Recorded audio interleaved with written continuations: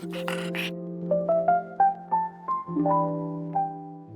right. Well, welcome to our new Pick the Brain podcast. I'm Dr. Caleb Frankel. I am an ER veterinarian by trade and founder of Instinct. And we're starting this new project because over the years of building Instinct, we've been really fortunate to get to learn from some of the best and brightest in the veterinary field. And they tend to self-select for using Instinct tools. So we're lucky.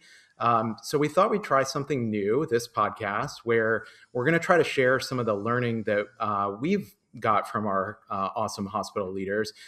We're going to talk about things like hospital operations, leadership principles, ownership, industry trends, and of course, technology. And today we have a colleague and someone I'm a big fan of on the amazing and I'll say TikTok famous Dr. Alex Schechter, which we'll get into here.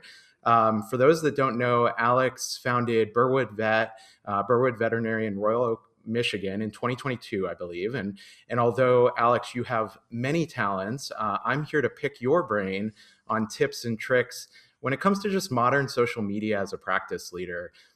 So welcome, Alex, and thanks for giving us a few minutes this morning. Yeah, I'm excited to be here. Thanks for having me, Caleb. Yeah. So, all right, let's get into it. So now you're doing something I haven't seen many leaders do and do well, which is, generate really high quality and funny TikTok and Instagram videos about your center and your daily work. And for those who don't know, they go viral, like really viral. You have some pretty terrific posts. I'm going to describe one of my favorites here, of course, which we'll link this if we can in the notes so everybody can watch it. But it's a TikTok where, Alex, I'll describe you're standing in front of Instinct status board, ready for your next case. And you're reading the reason the patient presented to the hospital from the board. And you have this perplexed look on your face as you read what is clearly a younger generation staff member or maybe client's description of what is going on with the pet. And there are descriptors in there like 10-year-old girl boss and Delulu, which, by the way, I still don't know what that means. Tummy ache vibes and IYKYK. So with that lead in, I guess my question to you is, how did you get into making videos like this? What was the goal, Alex? And what's it done maybe for your practice as you've launched a new center from the ground up? Yeah, for sure. So, and that video specifically, when I was reading that, that was the first time. So, one of our vet assistants, who's a Gen Zer, put that together, and she did a great job. But yeah, as a startup, I knew that I wanted to have and focus on an online brand and like a digital footprint because I knew that could separate me from other hospitals and especially in a market in kind of Metro Detroit where there's just it's pretty saturated, a ton of, corporate consolidators. I wanted to be different.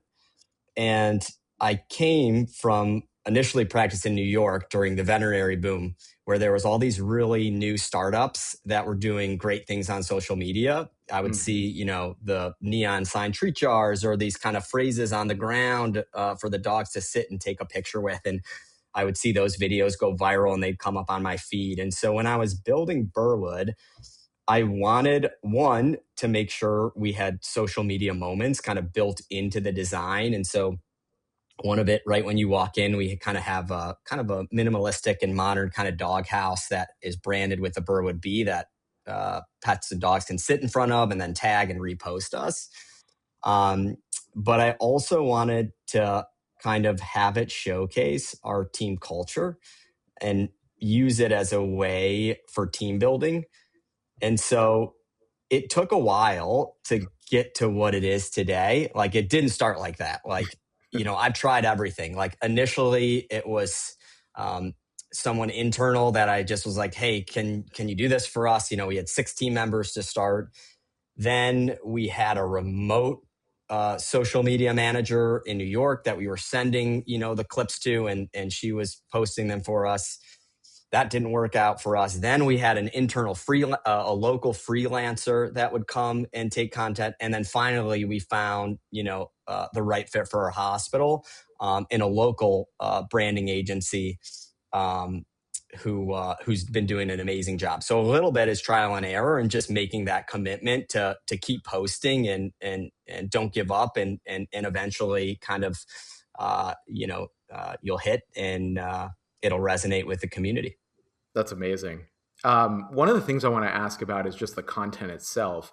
It sounds like your staff is actually playing a part in developing it, which I can imagine. I mean, I work in veterinary hospitals. The staff are amazing. And one thing people don't know is just the sense of humor of the ground floor of a vet hospital, which is one of our favorite things, I'm sure. But you've done a little mix of like, let's call it sweet and spicy videos.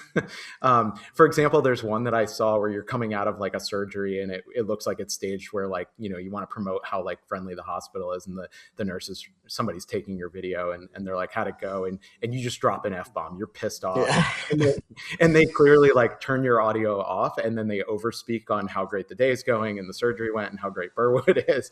And then you've got some really sweet ones on the other side. Like someone sent me one that you had a staff little party in the treatment room where everybody brought something and you had to not laugh. And they brought a little artifact in, and it was a little game. And so I'm just interested in, you said trial and error, maybe that's how you got here, but how do you think about the content? How do you think about, like, vet hospitals are supposed to be this old school professional, environment, but you've really flipped that on its head in an awesome way. So how do you think about that?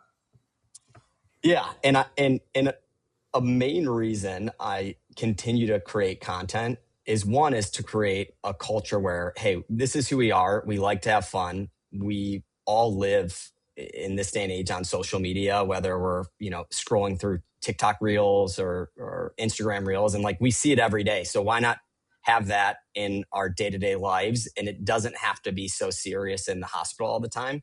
Yeah. Like, our work can be hard enough as it is, and it almost gives the team a little break from those hard moments. And I think that means a lot to them. And they also love to show off their work. And the way they show off their work is by reposting our videos and tweeting them and showing it to their friends and family in that way, which I think it means a lot to them too. And so they're silly and kind of fun and sometimes crude, but all of it kind of has a little bit more of a deeper purpose. That's amazing. We'll talk about that purpose. So, what has it done for the hospital? I mean, do you quantitate it, and how do you think about, keeping it going? And is it for the community? Is it for the staff? Does it drive business? Anything you can share for the audience who are thinking about doing this?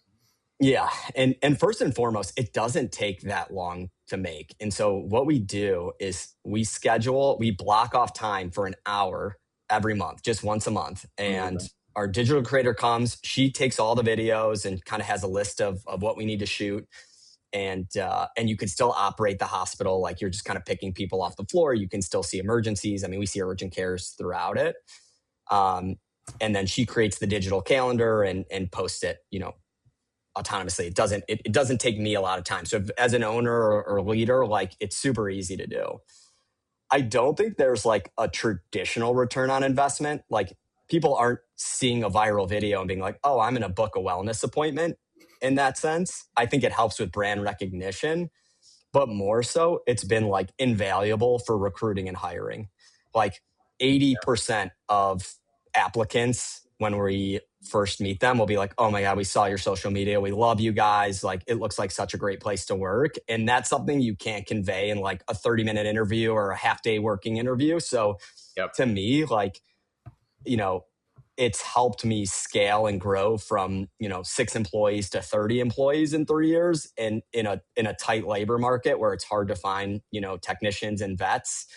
And I truly attribute it a large part to our social media. And instead of hiring a recruiter that you're going to pay tens of thousands of dollars, my advice would be to hire a social media manager and make that commitment, because I think long term that would pay off.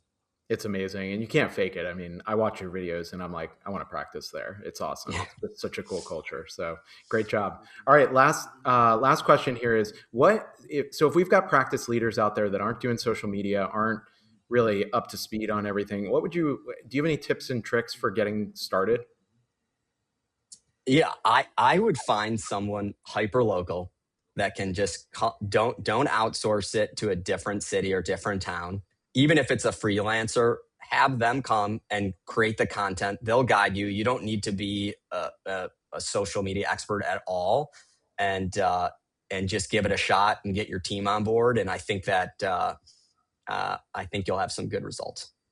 Amazing.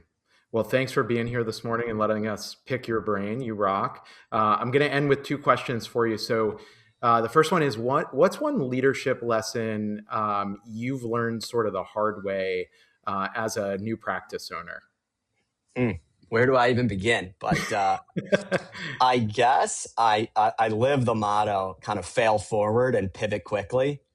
And a story that comes to mind is about 6 months in, we had a couple of our front desk team call out, and we're a small team at this time. So when someone calls out, you're kind of playing musical chairs. And we had the idea that, I was going to, change the term virtual receptionist. So I got all this brand new equipment and video, and I faced a huge monitor that faced out, and I had someone on Zoom for the day. And when Wow. the clients would come in, they would direct them to the room. We'd use, the Instincts dashboard, check them in. We know the rooms are, and we check them out with our back of house team. And that did not work out for a variety of different reasons. Kind of lost that human connection. And within 3 days, we scrapped the entire project. But I think you kind of just have to live by that motto and say, hey, we're going to try a bunch of things. It's probably, a lot of them are going to fail, but we got to learn to pivot quickly and learn from it and kind of just keep going one step at a time. Amazing. All right, last question. What's one underrated tool or feature or thing you do at your hospital that your team would riot if you took it away? Of course, not the social media and of course not Instinct. We know you love that. Sure. Yeah, I would say Slack, super basic, I guess, but we Awesome. couldn't live without it. It's how we do our internal communication, team documents, and keeping with the social media theme. It's where we collect some photos of patients and clients, and we put them all in a thread, so it keeps things organized. Amazing.